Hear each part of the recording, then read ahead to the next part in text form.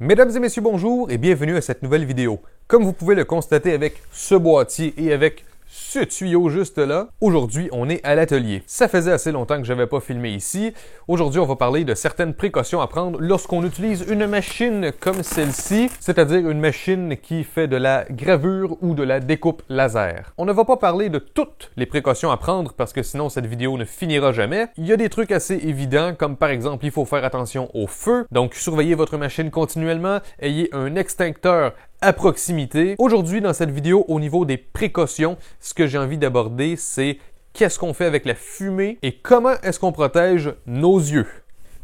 On va parler de ça aujourd'hui dans cet ordre-là et j'ai un projet de gravure laser que j'ai envie de faire. Donc, cette vidéo-là, on va la terminer en faisant un petit projet. Pourquoi pas? Juste avant d'entrer dans le vif du sujet, je dois vous dire que je ne suis pas un professionnel des yeux, des poumons, de la gravure laser. Je suis pas un professionnel dans les sujets que je vais aborder aujourd'hui. Je suis juste quelqu'un qui possède un graveur laser et qui veut pouvoir l'utiliser le plus sécuritairement possible. Et j'ai envie de vous partager c'est quoi les précautions que j'ai décidé de prendre. Après, c'est à vous de voir c'est quoi les précautions que vous voulez prendre lorsque vous utilisez ces machines-là chez vous. Mais je vous encourage fortement à faire vos propres recherches et même à consulter un professionnel pour être certain d'avoir les meilleures informations.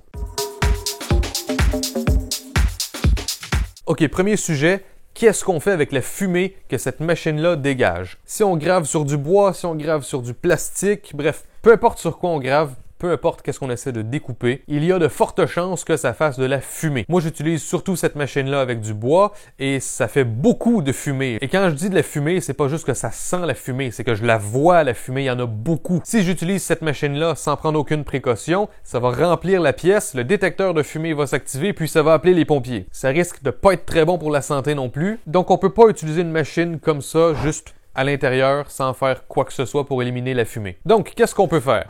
La solution la plus simple, si vous pouvez le faire bien sûr, c'est d'utiliser cette machine-là à l'extérieur. La fumée se dissipe dans l'air, elle ne peut pas s'accumuler et si on se met du bon côté par rapport au vent, on respirera pratiquement pas de fumée. Bon, bien sûr, utiliser une machine comme ça à l'extérieur, c'est pas pratique pour tout le monde, c'est pas tout le monde qui a la place et c'est pas tout le monde qui a le climat. Moi ici, j'ai la place. À la fin du printemps, durant l'été et jusqu'au début de l'automne, à l'extérieur, côté climat, si je sélectionne une bonne journée, ça peut se faire. Mais l'hiver, lorsque la température est sous 0 degré Celsius, ou encore pire, si on est dans un pic de froid où est-ce qu'avec le vent et l'humidité, on ressent moins 40 degrés Celsius, c'est pas idéal. Donc, je pense que beaucoup de personnes vont utiliser cette machine-là à l'intérieur. Alors, qu'est-ce qu'on peut faire dans ce cas? Une option qui peut peut-être fonctionner pour certaines personnes, c'est utiliser un masque. Les masques avec les cartouches qui sont faits pour les produits chimiques. Peut-être que pour vous, ça fait du sens, mais pour moi ici, utiliser un masque, ça va pas vraiment régler le problème parce que oui, je vais peut-être me protéger, mais il va quand même avoir de la fumée partout dans la pièce et ça va quand même activer le détecteur de fumée et ça va quand même appeler les pompiers. Donc peut-être que pour vous, dans votre situation, utiliser un masque, ça peut faire du sens. Moi ici, utiliser un masque, ça règle pas vraiment le problème. Je pense que pour la majorité des gens qui vont utiliser cette machine-là à l'intérieur, il y a deux solutions qui vont être particulièrement intéressantes. Filtrer la fumée ou évacuer la fumée. Pour les deux options, c'est mieux d'avoir un boîtier pour contenir la fumée. Moi, mon boîtier, c'est une softbox pour appareil photo. J'ai choisi ça parce que c'est entièrement pliable, ça devient gros comme ça et ça se range super facilement. Puisque c'est translucide, j'ai mis des panneaux de carton noir pour que ça bloque les reflets. Le laser est assez puissant, puis même quand je grave dans du bois, la boîte au complet, elle flash bleu. Donc en mettant ça comme ça, quand je suis à l'ordinateur de ce côté, ça me dérange pas. Donc ça, c'est surtout en lien avec le sujet des yeux. Le boîtier en tant que tel n'est probablement pas idéal parce que numéro 1, c'est pas extrêmement résistant s'il y a un feu. Je sais pas si c'est un matériel qui va fondre ou flamber, mais bref, j'ai pas trop envie de le savoir. J'utilise quand même ce boîtier-là parce que je surveille constamment la machine, donc s'il y a quelque chose, je vais être capable de réagir à temps. La deuxième raison pourquoi c'est pas idéal, c'est parce que ce n'est pas étanche à l'air.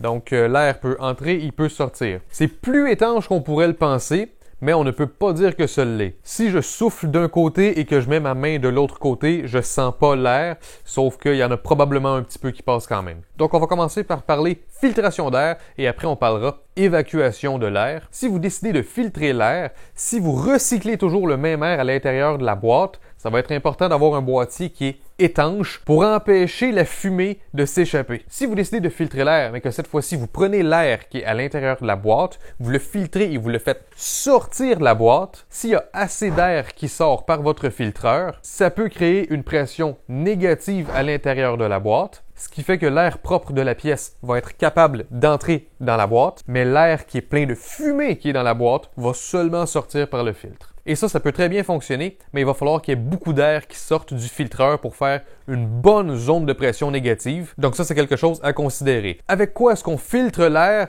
Ça peut être aussi simple que vous voulez. Et ça peut être aussi compliqué que vous le voulez. Si vous voulez que ce soit pas trop compliqué, il y a un mélange de ces deux trucs-là ici qui pourrait être intéressant. Donc, premièrement, un filtre au charbon, ça enlève les grosses particules, ça enlève les odeurs. Et ensuite, un filtre HEPA. Donc ça, c'est souvent utilisé entre autres dans les aspirateurs. Et ça, c'est fait pour capturer les poussières très très fines. Ce qui est très important de savoir, c'est que ces filtres-là sont très très denses. Donc, ça va prendre un ventilateur assez puissant pour être capable de pousser de l'air à travers ça, pour être capable de filtrer efficacement toute la boîte continuellement. Donc, si vous prenez un gros ventilateur et que vous fabriquez un filtre avec un filtre au charbon et un filtre HEPA, vous allez être capable d'enlever la majorité des particules de fumée, mais c'est possible qu'il reste encore les plus petites particules, et ça, les particules qui sont les plus petites et qui sont les plus difficiles à filtrer. Ces particules-là, on ne veut pas les respirer non plus parce qu'elles peuvent entrer dans notre corps assez facilement. Donc, est-ce qu'un filtre au charbon et un filtre HEPA, c'est suffisant? Probablement suffisant pour enlever la majorité des particules. C'est probablement suffisant pour enlever les odeurs de fumée, mais c'est possible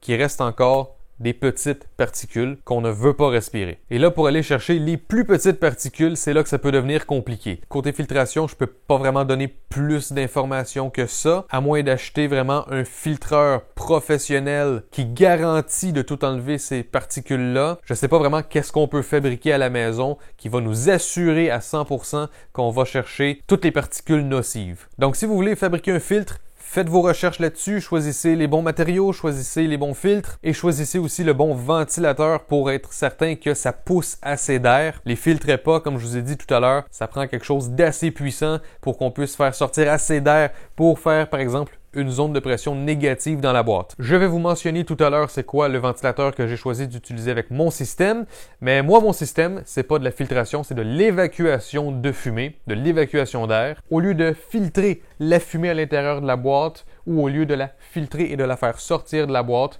j'ai choisi tout simplement de l'évacuer à l'extérieur de la pièce. Ici, j'ai un tuyau de ventilation de 6 pouces de diamètre, donc environ 15 cm de diamètre. À la caméra, je ne sais pas si vous pouvez voir, mais ici, il y a une grille, puis je l'ai designé et imprimé en 3D, puis ça se glisse à l'intérieur du tuyau. Ensuite, je l'ai fixé avec du ruban adhésif et aussi un collet comme ça en métal. Donc voilà, je vous montre tout de suite de plus près ça ressemble à quoi. Le tuyau, il sort de la boîte et il s'en va tout à gauche. Et ça se rend jusqu'à mon ventilateur. Et voici le ventilateur. Donc, vous voyez comparé à ma main, c'est un assez gros ventilateur. C'est un ventilateur, encore une fois, pour les conduits de ventilation 6 pouces. C'est 120 watts. J'ai aussi mis une grille juste ici. Cet embout-là, il vient se glisser à l'intérieur juste ici. Donc le ventilateur, il s'en vient comme ça. Et si on regarde de l'autre côté, là on voit que ça rapetisse et ça s'en va dans un truc en plastique comme ça. Avec le vent, les petites portes s'ouvrent comme ça. Puis quand j'éteins le ventilateur, ça se referme. Donc je peux pas avoir du vent qui entre dans cette direction-là. Le vent peut seulement sortir à l'extérieur. Donc ça, c'est pas très très joli, mais ça fonctionne super bien. C'est fait avec de la mousse comme ça. La fenêtre, elle vient mordre de chaque côté. Puis c'est assez étanche. Pas parfait, mais quand même très bien. Et c'est pour ça que même si c'est pas très très joli, c'est ça que j'utilise parce que ça fonctionne à merveille. Alors là, j'ai branché le ventilateur. Bien sûr, il ne pointe pas à l'extérieur, mais je ne suis pas en train de faire la gravure. Donc je vais allumer le ventilateur. Donc je l'allume au maximum le temps qu'il démarre.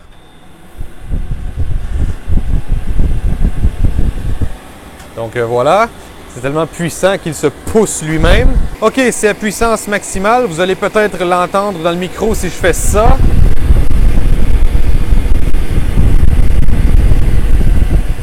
Donc là, je vais le mettre à la puissance minimale.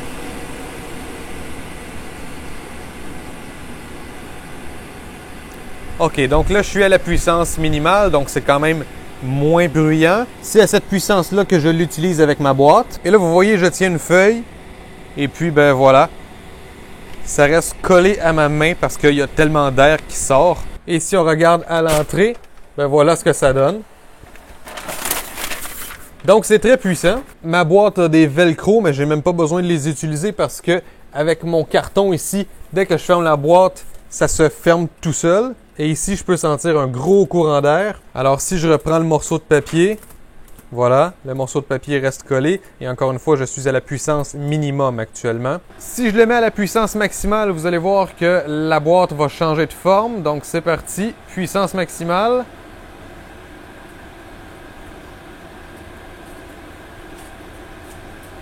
Donc vous voyez ici, c'est en train de s'effondrer pratiquement. Regardez le tuyau comment c'est profond ici maintenant. Donc j'ai remis ça à puissance minimale. Comme je vous ai dit, c'est à cette puissance-là que j'utilise mon ventilateur. C'est bien assez puissant pour faire une zone de pression négative à l'intérieur de ma boîte. Donc l'entièreté de la fumée sort. Ça s'en va à l'extérieur et ça ne sent absolument pas la fumée dans la pièce. Je suis capable d'évacuer l'entièreté de la fumée. Un ventilateur comme ça, on ne peut pas utiliser ça avec un boîtier pour imprimante 3D. Ça fait trop de vent, ça fait trop de courant d'air et ça va déformer les pièces de plastique. Avec la gravure laser, c'est pas trop une contrainte. Le seul truc qu'il faut penser en fait, c'est que si le courant d'air va au bon endroit, c'est possible que à l'endroit où est-ce qu'on est en train de graver, ça fasse une petite flamme. C'est possible que ça déclenche une combustion. Donc, dans ce cas, il faut que je gère un petit peu plus la façon que la porte est fermée. Je peux la fermer complètement en bas, mais laisser une petite ouverture en haut à la place, ça fonctionne. Donc moi, c'est ça que j'ai décidé de faire, évacuer la fumée. Pas besoin de gérer des filtres ou quoi que ce soit. La fumée sort de la pièce et c'est tout. Ce ventilateur-là, je l'ai pris sur Amazon.ca, donc le lien va être dans la description. J'ai pas pu trouver exactement le même ventilateur sur Amazon.fr, mais si vous utilisez Amazon.fr, je vais vous mettre un lien vers d'autres ventilateurs qui sont semblables. Les spécifications du mien,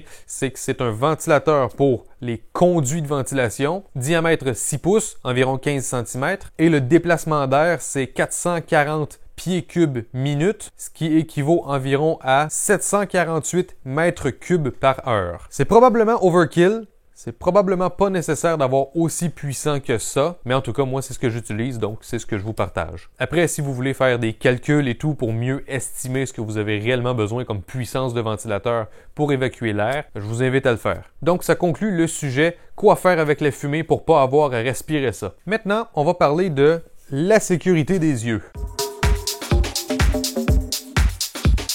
Bon, bien sûr, on ne veut pas regarder la source du laser. Il y a toutes sortes de types de lasers. Moi, ce que j'ai ici, c'est un laser à diode. C'est un laser bleu à 450 nanomètres. Donc, dépendamment quel type de laser vous utilisez et à quelle longueur d'onde il fonctionne, les méthodes de protection vont être un petit peu différentes, mais le concept global va rester à peu près le même. Donc déjà, je veux mentionner que pour ce laser-là, le Laser Master 2 et aussi, j'imagine, pour le Laser Master normal, la version un petit peu plus petite, vous le voyez, il est juste ici à côté de la boîte. GearBest m'ont informé que ces deux lasers-là vont venir maintenant avec un petit couvercle pour ajouter une certaine mesure de protection.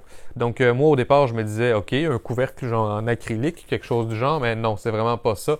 C'est juste un couvercle qui se clip sur la base du laser et c'est un genre de cône qui descend jusqu'en bas et donc ça devient très compliqué de regarder la source du laser. Ça ajoute un certain élément de sécurité, mais c'est pas assez. Si vous commandez un laser comme ça, en théorie, à partir de juillet, ça va venir avec le petit couvercle, mais si vous possédez déjà un laser comme ça, ou si vous possédez un autre laser mais qui est de la même dimension, GearBest m'ont fourni des fichiers STL. Je vais les mettre sur mon site web et ça va être disponible en téléchargement. Le lien va être dans la description de la vidéo et si le lien n'est pas là, rappelez-moi de le faire. Ça m'arrive parfois d'oublier des détails comme ça. Ok, donc le petit couvercle qui vient ici, c'est bien, mais on veut faire mieux. Ce qui est dangereux, c'est pas juste de regarder directement dans le laser, c'est les réflexions du laser aussi. Si on grave sur quelque chose qui est un peu couleur métallique et qui réfléchit beaucoup la lumière, là, c'est d'autant plus important de se protéger, mais même sur du bois, même sur quelque chose qui est foncé et qui reflète pas beaucoup la lumière, la pointe du laser, elle est tellement lumineuse. Il ne faut pas regarder la pointe du laser directement comme ça avec nos yeux. Si un petit laser comme ça est capable de découper et graver dans du bois, je vous laisse deviner qu'est-ce que ça peut faire à vos yeux. Même un simple reflet, ça pourrait être très dangereux. Des yeux, on en a juste 2 et une fois que c'est endommagé, il y a des chances que ça ne se répare plus jamais, dépendamment c'est quoi la blessure. Donc, qu'est-ce qu'on fait pour protéger nos yeux? Un boîtier, c'est déjà bon parce que pendant que je suis en train de graver, mon boîtier, il est fermé. J'ai mes cartons noirs, comme je l'ai mentionné tout à l'heure. Donc, la lumière ne passe pas au travers. Donc, moi, ça va, je suis bien. Admettons qu'on a envie de surveiller la gravure. On veut voir qu'est-ce qu'elle est en train de faire. Parce que, bien sûr, quand ça c'est fermé, c'est chouette, ça bloque la lumière du laser, mais je vois pas qu'est-ce qui est en train de se produire. Je vais commencer par le sujet facile.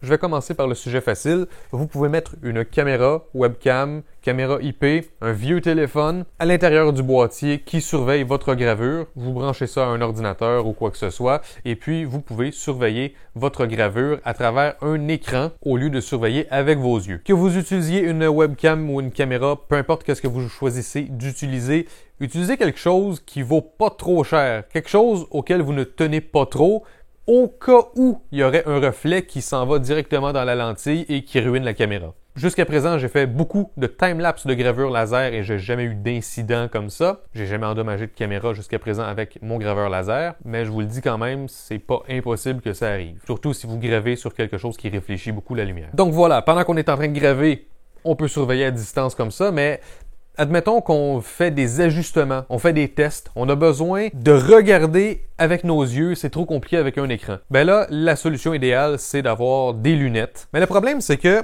voyez-vous, ça, c'est les lunettes qui sont livrées avec cette machine-là. Ce sont des lunettes vertes. Et lorsque j'active ce laser, je le vois encore quand même beaucoup. Je sais pas si ça peut endommager ma vision, mais je fais pas trop confiance à ces lunettes-là. Et une des raisons pour lesquelles je fais pas trop confiance à ces lunettes vertes, c'est parce que si vous faites une recherche rapidement sur Internet, lunettes, protection laser, 450 nanomètres, ça va probablement vous indiquer d'acheter des lunettes qui ont cette couleur-là. Ces lunettes-là sont de couleur brun-orange, celles-ci sont vertes. C'est un peu inquiétant de voir à quel point il y a une différence entre les deux. Ça coûte genre 3$. Ça, je les ai payés 65$. Ça, je sais pas à quel point c'est certifié ou quoi que ce soit.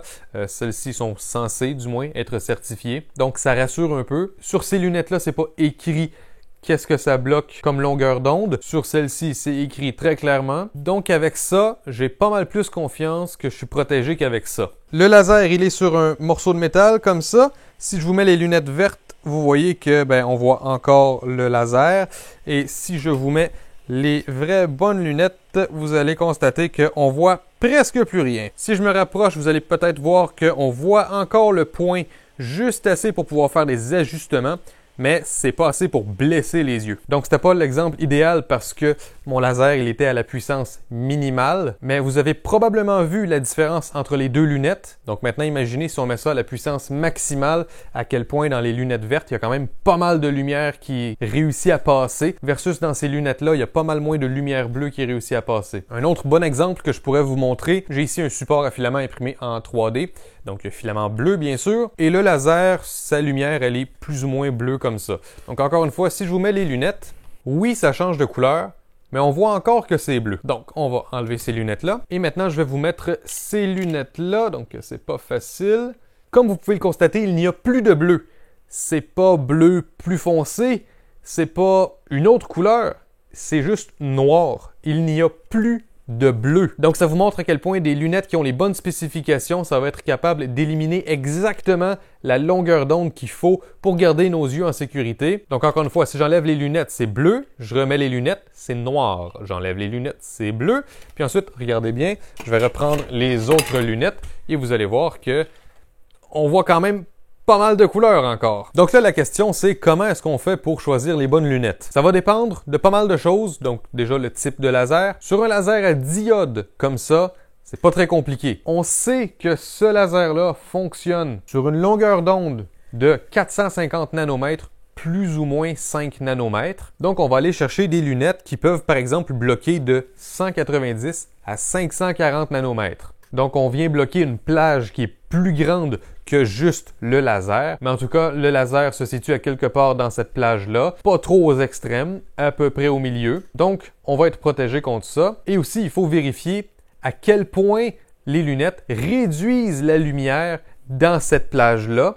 Et moi, ça, c'est des lunettes qui sont OD5+. Donc ça, OD avec un chiffre, il y en a plusieurs sortes. OD5+, c'est pas ce qu'il y a de meilleur, mais c'est quand même très bon. OD, ça représente la densité optique. Une lunette qui aurait un OD de 0, ça voudrait dire que 100% de la lumière peut passer au travers. Un OD de 1, il y a seulement 10% de la lumière qui peut passer au travers, et ainsi de suite. Un OD de 6, par exemple, il y a seulement 0,0001% de la lumière qui peut passer au travers. Donc, plus le OD est élevé, moins il y a de lumière qui peut passer à travers la lunette. Ici, je vous montre un exemple de spécification pour des lunettes de protection laser. Et dans cet exemple, les lunettes offrent une protection de 190 à 540 nanomètres et de 800 à 2000 nanomètres. Si on regarde le tableau, on peut voir qu'effectivement, de 190 à 500 nanomètres, la densité optique est assez élevée. Même chose de 800 à 2000 nanomètres. Par contre, entre les deux zones de protection, donc entre 540 et 800 nanomètres, on a une genre de zone morte où est-ce qu'on n'est pas protégé, la densité optique elle est basse, donc la lumière qui se situe entre ces deux zones de protection, elle peut facilement traverser les lunettes. Et ça fait en sorte que nos lunettes, on est capable de voir à travers, c'est pas complètement opaque, donc on est quand même capable de voir à travers les lunettes, mais on va être protégé contre certaines plages de longueur d'onde spécifiques. Et ces lunettes-là, en théorie, ça dit que je pourrais fixer le point d'un laser de 100 watts et ça serait pas dangereux pour mes yeux. J'ai pas envie de le tester, je vais pas le tester. Même ce petit laser 15 watts, j'essaie de pas regarder le point directement quand il est à puissance maximale, vu que je sais à quel point ça pourrait être dangereux pour mes yeux. Même bien protégé, ça me fait peur un peu, mais ça me permet de rapidement regarder la progression de la gravure, ça me permet de faire mes ajustements et tout. Et ces lunettes-là, en fait, elles bloquent pas seulement le 190 à 540 nanomètres, elles bloquent aussi le 800 à 1700 nanomètres. Il y a des lasers qui ne produisent pas seulement une longueur d'onde. Il y en a qui produisent une longueur d'onde, oui, qui est très puissante, mais il y a aussi de la lumière parasite qu'il faut filtrer, et si elle n'est pas filtrée, c'est important d'être bien protégé. Donc ces lunettes-là protègent contre la lumière bleue de ce laser, mais aussi contre les infrarouges. Alors par exemple, les lasers DPSS, c'est des lasers qui utilisent entre autres une diode pour fonctionner, mais c'est pas des lasers purement à diode comme celui-là. Et ces lasers-là, ils sont connus pour, par exemple, créer une longueur d'onde, on va dire 445 nanomètres. Donc, il faut être protégé contre ça. C'est ça qui fait la gravure et la découpe, mais ça crée aussi de la lumière parasite dans les infrarouges qui peut, elle aussi, être dangereuse. Donc, ces lunettes-là protègent contre les deux. La raison pour laquelle j'ai ces lunettes-là, c'est parce que quand j'ai fait mes recherches initialement, j'avais pas trop compris c'était quoi la différence entre un DPSS et un laser à diode comme celui-ci. Donc, j'ai acheté ces lunettes-là qui protègent en plus contre les infrarouges.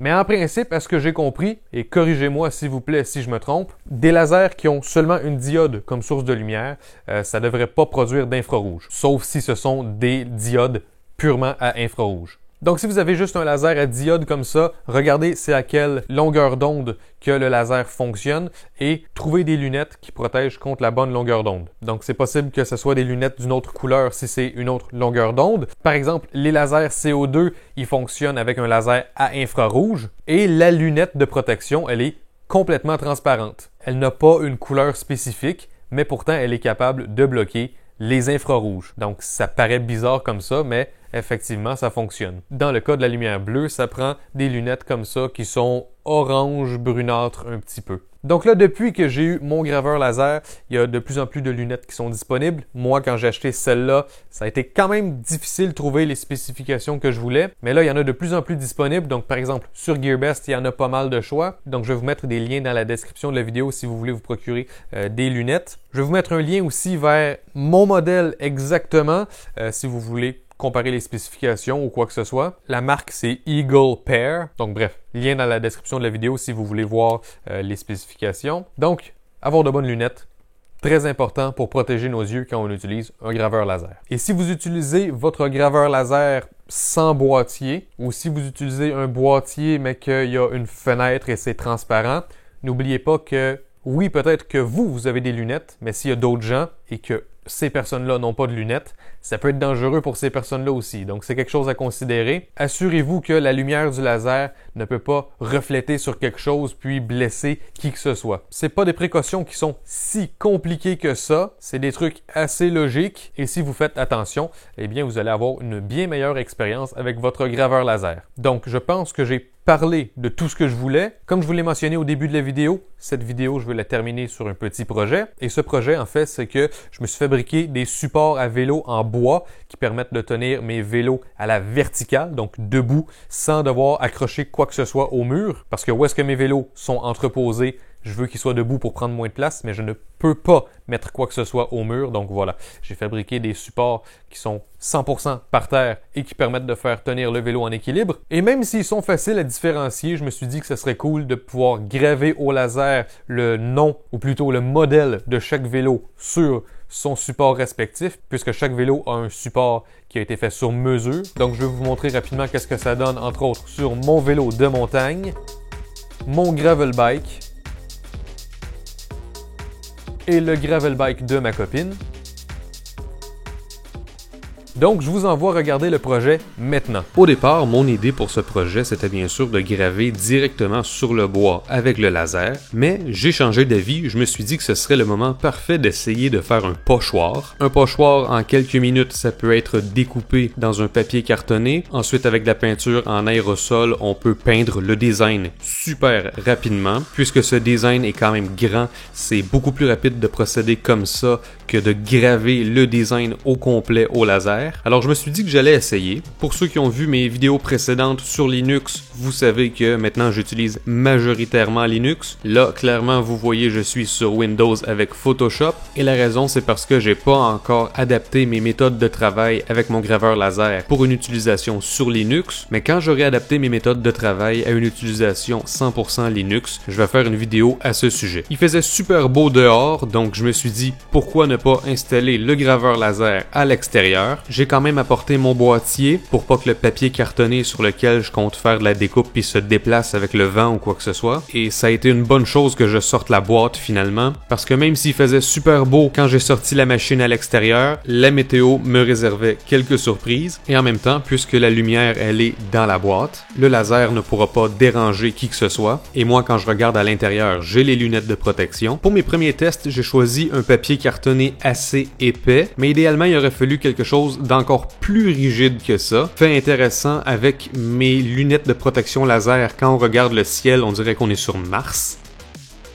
Donc là, je suis sur Laser GRBL et je suis en train de préparer la gravure laser. J'ai fait le premier test, mais la puissance était trop forte. Oui, ça découpait le papier, mais ça le brûlait aussi, donc c'est pas idéal. J'ai fait plusieurs tests avec plusieurs puissances jusqu'à ce que j'arrive à avoir un bon résultat. Et il y a eu un petit problème où est-ce que, accidentellement, j'ai débrancher l'alimentation de la machine, donc ça, c'est certain que c'est pas idéal. Mais après quelques tests qui ont duré quelques minutes, j'ai réussi à trouver le paramètre idéal et j'ai réussi à fabriquer le premier pochoir. Malheureusement, mes tests ont utilisé l'entièreté du carton qui me restait, donc j'ai dû prendre une autre sorte de papier cartonné pour faire les autres pochoirs. L'autre type de papier que j'ai choisi est encore plus mince, donc c'est pas idéal, mais c'est tout ce que j'avais à ce moment. Vous voyez à quel point il y a de la fumée qui sort de la boîte. C'est pour ça que c'est super important d'évacuer ou de filtrer l'air si on utilise une machine comme ça à l'intérieur. Voici ce que ça a donné pour les pochoirs.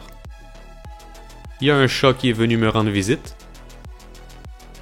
Là, vous me voyez avec un sarrau parce que je sais très bien que si j'utilise de la peinture, c'est 100% garanti que je vais me salir. J'ai simplement aligné les pochoirs à l'œil, puis je les ai collés avec du ruban adhésif. Mais puisque le papier cartonné n'est pas rigide, il a tendance à onduler un peu, donc il n'est pas parfaitement à plat sur le morceau de bois. Alors quand je mets la peinture, généralement ça fonctionne assez bien, oui, sauf qu'il y a des genres de petits débordements autour des lettres. Je me suis ensuite attaqué au prochain pochoir, cette fois-ci avec le papier cartonné qui est encore plus mince. Donc ça, c'était encore plus difficile de le mettre à plat sur le morceau de bois. Alors ce que j'ai fait, c'est que j'ai tenu avec mes doigts le pochoir au fur et à mesure que je mettais de la peinture. Et vous voyez le résultat sur mes doigts.